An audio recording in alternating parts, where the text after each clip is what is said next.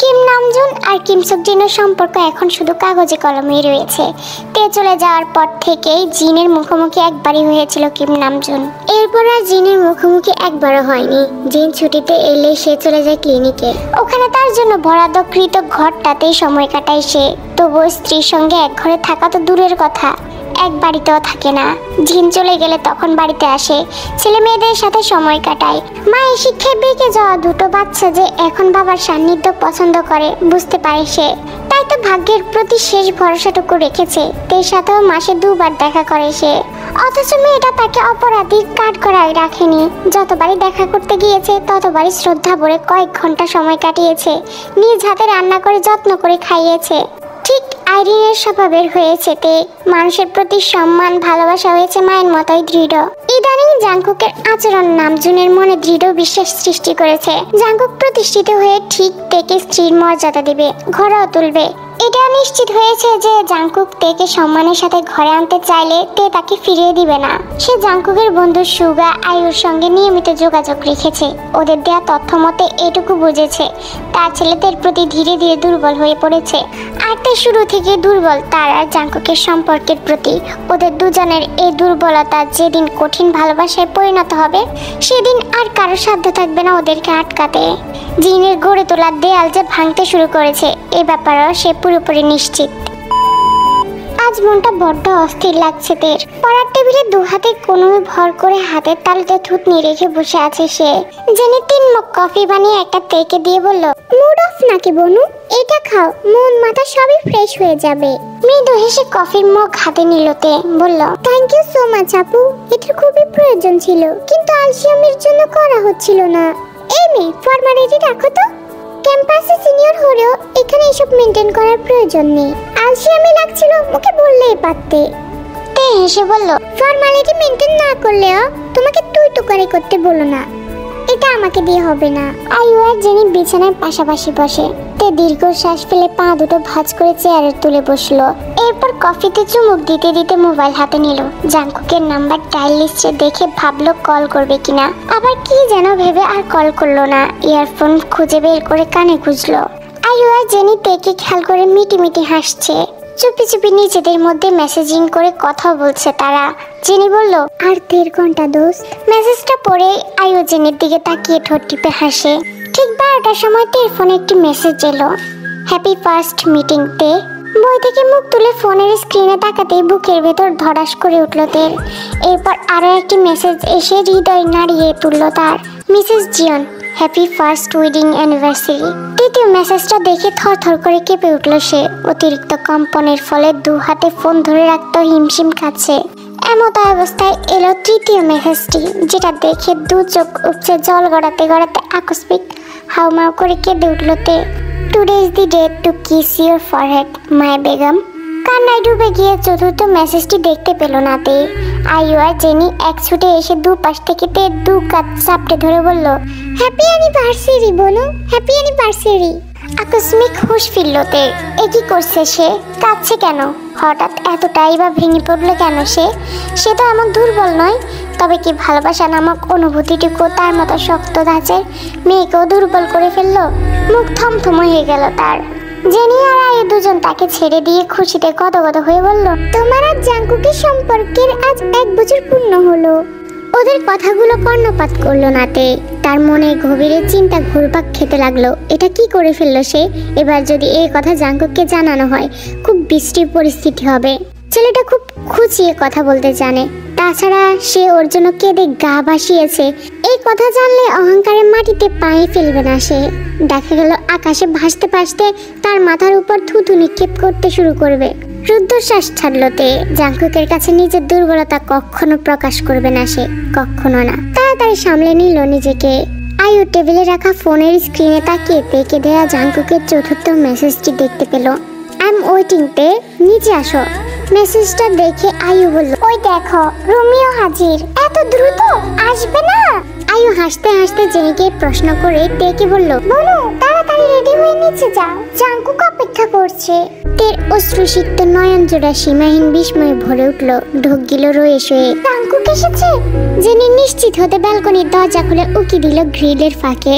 অমনি ভেবাচাকা খেয়ে গেল সে। জাঙ্কুকের বেশভূষা দেখে কপালে পড়লো সূক্ষ্ম ভাঁজ। কবে হবে এই ছেলেটার বুদ্ধি? এমন প্রশ্নে জর্জরিত হলো হৃদয়। তাদের মধ্যে সবচেয়ে লম্বা বন্ধু হলো জাঙ্কুক, অথচ ওর বোধ বুদ্ধি সব হাঁটুর নিচে।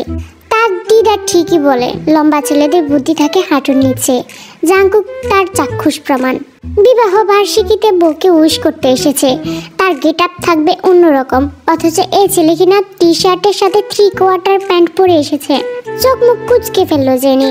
তখনই ফোন করলো জাঙ্কুককে। এই সারা, তুই 3/4 প্যান্ট পরছিস কেন? এভাবে কেউ কোনো মেয়েকে প্রপোজ করতে আসে? বোন, যা গরম পড়ছে, ফুল প্যান্ট পরে বেরোনোর সাহস পাইনি, সুগো 3/4 প্যান্ট পরে আসছে। আরে গাদা, ওর ব্যাপার আর তোর ব্যাপার এখনো নাকি? আজকে তোর ম্যারেজ ডে, বউকে উইশ এন্ড প্রপোজ করতে আসছিস। ধুর, প্রবলেম নেই।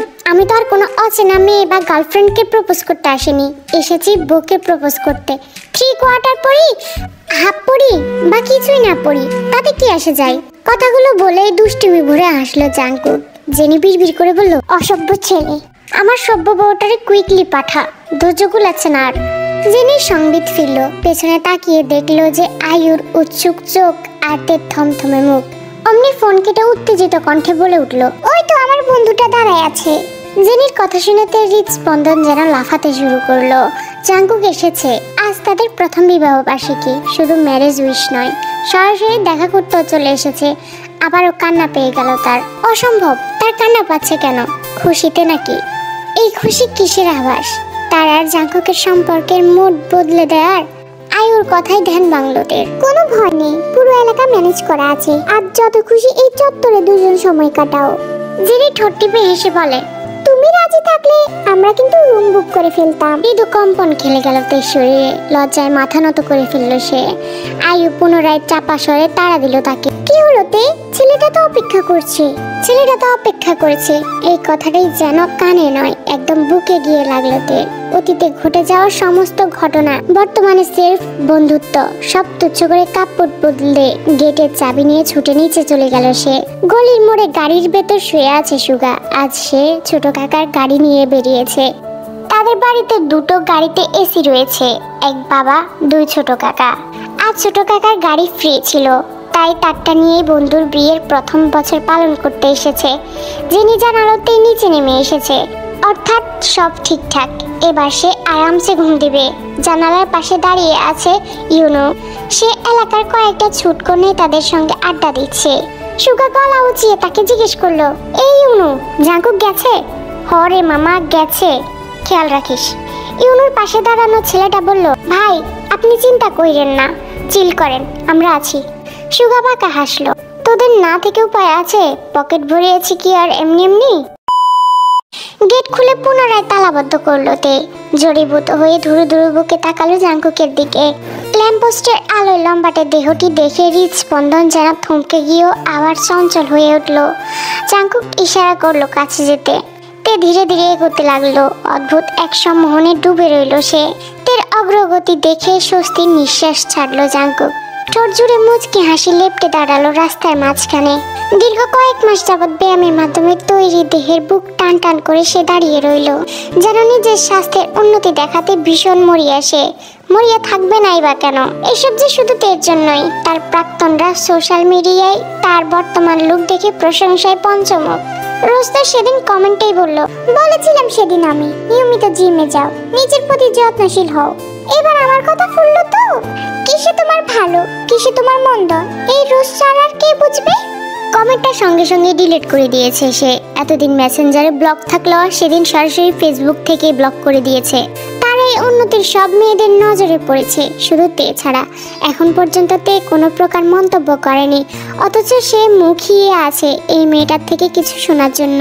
তে এসে সামনে দাঁড়াতে প্রকৃতি স্নিগ্ধ বাতাস ছুঁয়ে দিল জাঙ্কুককে। তার কপাল জুড়ে থাকা সিল্কি চুলগুলো উঠতে লাগলো সে বাতাসে। উঠল তের পিঠ জুড়ে থাকা খোলা চুলগুলো। আচমকা মাথা তুলে আকাশ পানে তাকালো জাঙ্কুক। ঘন মেঘে ঢাকা আকাশটাই না আছে চন্দ্র, না আছে নক্ষত্রের মেলা। আকাশের মুখ ভার বুঝতে পেরে দৃষ্টি নামালো, তাকালো তের স্নিগ্ধ মুখশ্রীতে। তে দুবার পলক ফেললো। জাঙ্কুক দেখলো ঘন পাপড়ি যুক্ত কাজল কালো চোখ দুটির নমনীয়তা। ঢোক গিলে তাড়াতাড়ি কানের নিচে চুলকে নিয়ে বলল, তুমি এসেছো? বোকার মতো প্রশ্নটি করেই আনমনে গালি দিল নিজেকে। কয়েক পল চোখ বন্ধ করে থেকে মনে করার চেষ্টা করলো সুগা যেহেতু শিখানো বুলিগুলো। এরপর চোখ খুললো, তে একই ভঙ্গিতে ঠায় দাঁড়িয়ে আছে, তাকিয়ে আছে তার পানে। আবারও ঢোক গিলল জাঙ্কুক। কিছুক্ষণ থেকে দেখে নিয়ে উদ্যত হলো হাঁটু গেড়ে বসার। আচমকা প্রকৃতির শান্ত রূপ অশান্ত হতে শুরু করলো। বাতাসের বেগ বেড়েছে, ঠান্ডা হাওয়া দিচ্ছে প্রকৃতিতে।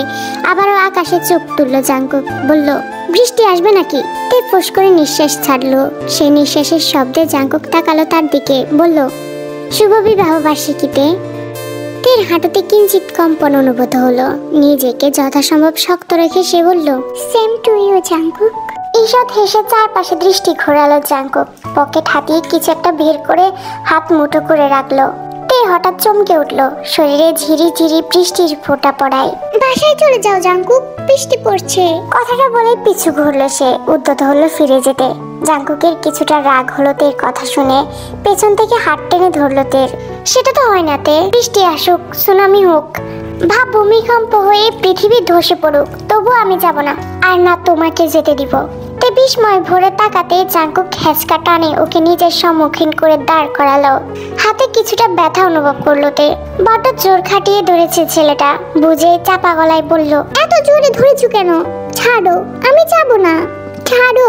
ছেড়ে দিল জাঙ্কুক। ততক্ষণে তুমুল বর্ষণ শুরু হয়েছে। গা ভিজে কাপড় লিপটে যাচ্ছে শরীরে। তে হতভম্ব মুখে তাকিয়ে বৃষ্টিতে ভিজছে। আর জাঙ্কুক রয়ে এসে হাঁটু ঘুরে বসলো তার সামনে। যদিও সুগা, জিমিন এটি শিখায়নি, তবুও নিজ গরজে বসলো সে। অবাক হওয়ার শীর্ষে পৌঁছে গেল তে। দৃষ্টি কৌটোর থেকে বেরিয়ে আসার উপক্রম। জাঙ্কুক পলকহীন তের সিক্ত মুখের অবাক দৃষ্টিতে তাকিয়ে রইল। শত চেষ্টা করেও ভালোবাসি বলতে পারিনি, চাইও না বলতে। লাইফে এত মেয়েদের ভালোবাসি শব্দটা বলেছে যে আসল জনকে বলতে এলেই দ্বিধায় পড়ে যাই। আই লাভ ইউ শব্দটাকে আমি হাটে বাজারের জিনিসের মতো সস্তা করে ফেলেছি। তাই হয়তো তোমার মতো মূল্যবান মানুষটাকে ওটা বলতে এত দ্বিধা কাজ করছে আমার। ভালোবাসি না বললেও ভালোবাসা চাই। আই লাভ ইউ শব্দটি ছাড়াও প্রিয়জনকে প্রপোজ করা যায়। তে ইহজনম এবং পরজনম দুই জনমের জন্যই আমার হৃদয়কে মুঠোভর্তি করে তোমার তরে সমর্পণ করলাম। ডান হাত মুঠোবন্দি করে উঁচু করতেই চমকে গেল তে। এই কোন জাঙ্কুককে দেখছে সে? আজ কোন জাঙ্কুক তার সম্মুখে এসেছে? কি বলছে এসব সে? হৃদয়কে মুঠো ভরে সমর্পণ এও সম্ভব? দু চোখ জলে ভরে তা গাল বেয়ে পড়তে লাগলো তের। মৃদু আলোয় তীর মুখে জাঙ্কুক শুধু বৃষ্টির পানিই দেখতে পেল। বৃষ্টির পানির সাথে চোখের পানিও যে বেরোচ্ছে তা বুঝলো তখন, যখন তে ঠোঁট কাঁপিয়ে বলল, সেই স্বপ্ন দেখিও না জাঙ্কুক, যে স্বপ্ন একদিন দুঃস্বপ্ন হয়ে ভেঙে যাবে। ভাঙবে না তে, ইউ ক্যান ট্রাস্ট মি। ঝমঝম শব্দে বৃষ্টি পড়ছে। প্রচন্ড শীত লাগলো তে। এই শীত শুধু দেহ নয়, মনেও পৌঁছে গেল। জাঙ্কুক হাত বাড়িয়ে স্পর্শ করলো তের এক পা। তে আটকে উঠে পিছু হাঁটতে নিতে জাঙ্কুক টেনে ধরলো তাকে। বোঝালো পা উঁচু করতে। সে কোনো বাধা শুনবে না আজ। তে থেমে গেল। অবাধ্য হতে ইচ্ছেই করলো না আর। আজ যেন তার বাধ্য হওয়ার দিন, জাঙ্কুকের বাধ্য বধূ রূপে ধরা দেওয়ার দিন। জাঙ্কুক নিজের হাঁটুর উপর তের পা তুলে ভেজা পা জামা একটু উপরে তুললো। এবারে ভয়ানক লজ্জা পেল তে। কি করছে এসব জাঙ্কুক? জাঙ্কুক অতি যত্ন নিয়ে বা হাতে থাকা একটি রূপার পায়েল পরিয়ে দিল পায়ে। বলল, গার্লফ্রেন্ডদের প্রপোজ করলো, বউকে প্রপোজের ব্যাপারে বড্ড অনাড়ি আমি। তাই কিভাবে কি করব বুঝতে পারছিলাম না। হঠাৎ জেনে একটা গানের ভিডিও পাঠালো। হিরো হিরোইনকে এভাবে পায়েল পরাচ্ছিল, তাই এভাবে ট্রাই করলাম। কথাগুলো বলে উঠে দাঁড়ালো জাঙ্কুক। বৃষ্টিতে ভেজাতে অধর কোণে তাকিয়ে পুনরায় বলল, স্বীকৃতি দেয়নি বলে যে বিয়েটা আড়ালে পড়ে আছে তা আমি প্রকাশ্যে আনতে চাই। কেন জানো? তোমার আশেপাশে ওকে সহ্য করতে পারছি না। কেন পারছি না জানো? Because you are my wife, Mrs John. ও শব্দটাই ভটকে গেল তে। কার কথা বলছে জাঙ্কুক? তে মুখভঙ্গি দেখে পিছিল হাসলো জাঙ্কুক। তাই থেকে দূরে থাকবে, ওকে জানিয়ে দেবে you are married and I am your husband. মুখ হা হয়ে গেল তের। কায়দার ক্লাসমেট, ভালো বন্ধুও। গত মাসে হুট করে প্রপোজ করে বসে ছেলেটা।